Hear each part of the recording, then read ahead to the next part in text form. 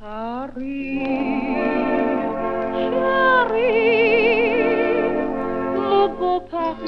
Hi everyone, and welcome to the Paris Set Me Free photo critique, which I'm starting up. Joanna from Toronto, Canada, sent me in 3 of her photographs of Paris, and Joanna was on a tour with me, so that's the condition. If I've met up with you, we've done a photo tour together, or you've used another of my services, then I'll critique 3 of your photographs. Joanna, let's get going. 3 great photographs. This is the first one I'm going to look at, and I love it. It's really my sort of thing. You take a detail from somewhere, looks like the door of a gallery, and you abstract it out of its context. You're not sure it's a door, but I'm guessing. And what you mentioned to me in your email is that there's a shadow or a reflection of someone passing. I hadn't actually seen that. I was so interested in the writing here and the fact that the L and the E are sharp and the rest just sort of fades out into a lovely blur, which is emphasized by these blobby shapes here, which are a marvelous contrast to the sharpness and almost knife sharpness of the L and the E. The gallery, the GA, is soft. The rest of it after the E is soft, so you've had a tiny field of depth of field there. Probably you chose that on purpose, and because you're at an angle to the window, you get that lovely effect. I don't know if you focused on the LE for a particular reason, but it's lovely. I really like this shot. The colours are muted. Let me tell you what I did with your photographs. I take them, the version that you give me, I only do 2 things. I resize them so that they will be the right size for the blog. In other words, a maximum width of 500 or height of 500 pixels. And I give them one little blip of sharpness in case they've lost something in the resizing process. So that's what I've done. I haven't touched any of your colors, so anyone else who's been on one of my tours who wants me to do a critique of their photos, I will take your photos as you send them to me and discuss them as they are. So I say that because I see the colors are very muted, and it's lovely. It really is nice. I have a tendency to zap my colors up too much, I think, and here it's a gorgeous soft muted tones, which echoes. I don't know if it's raining, but there's these kind of stripes going down. Maybe there's some sort of poster on, or some sort of film on the window, but it gives a kind of almost a rainy grey feeling, but the muted colors have just enough color to be attractive. I like that a lot. And now that you mention the shadow of the guy, marvelous. Good. Your second photograph that you sent me is this one. Let me just scroll down on my screen so I can see it. And you were pretty enthusiastic about this one when you sent it to me, judging by what you said.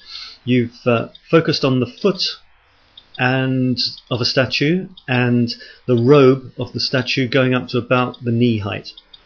And I can really see what you're doing here, what you're trying to do, taking one element and focusing on it.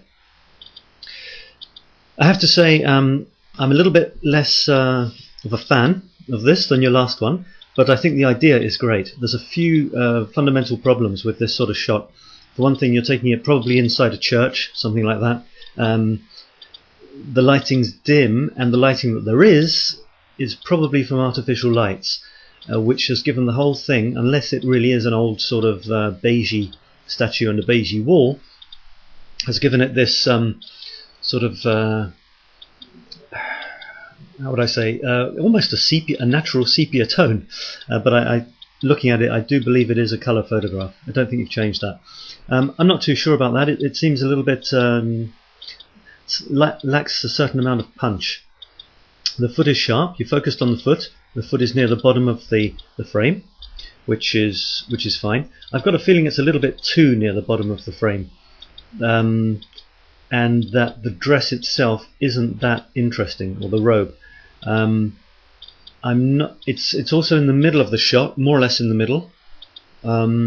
I would have tended to either put it more on this side or more on the other side. You've got a bit of wall here, a big bit of wall, which doesn't do much for me. Now, what you could have done is gone in closer on the foot.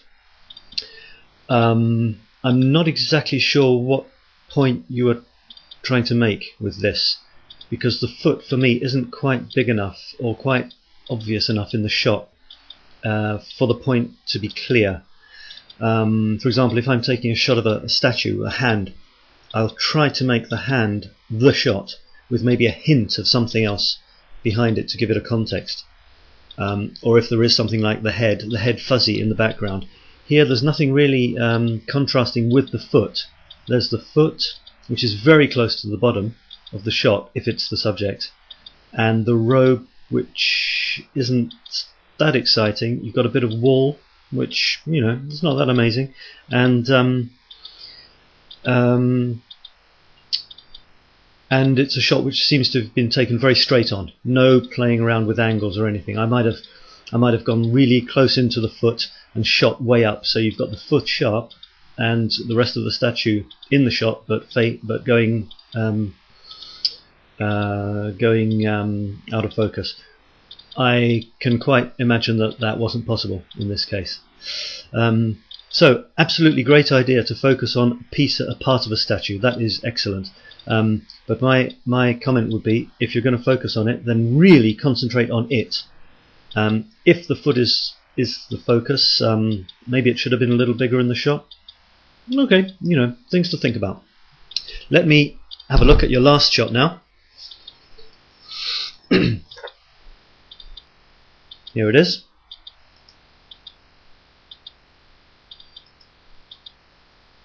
It's a picture of a girl, which you said was taken near Notre Dame, and it's a young girl. She's got a sparrow. She's feeding a sparrow, which has actually landed on her hand to eat out of her hand, and a pigeon is in mid-flight, caught perfectly with the wings outspread, desperately hoping to get a bite of that piece of bread. Now, I have to say, before anything else, this shot is absolutely phenomenal. It's a brilliant shot. I love it. The girl is in focus. The little sparrow's wings are up. The pigeon, I mean, the pigeon is marvellous. I don't know if you've cropped this, but I've got a feeling you haven't. It's perfectly positioned.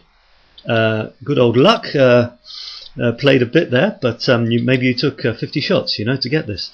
The expression on the girl's face, absolutely marvellous. She's not aware of what you're doing. The background is way out of focus, which is great.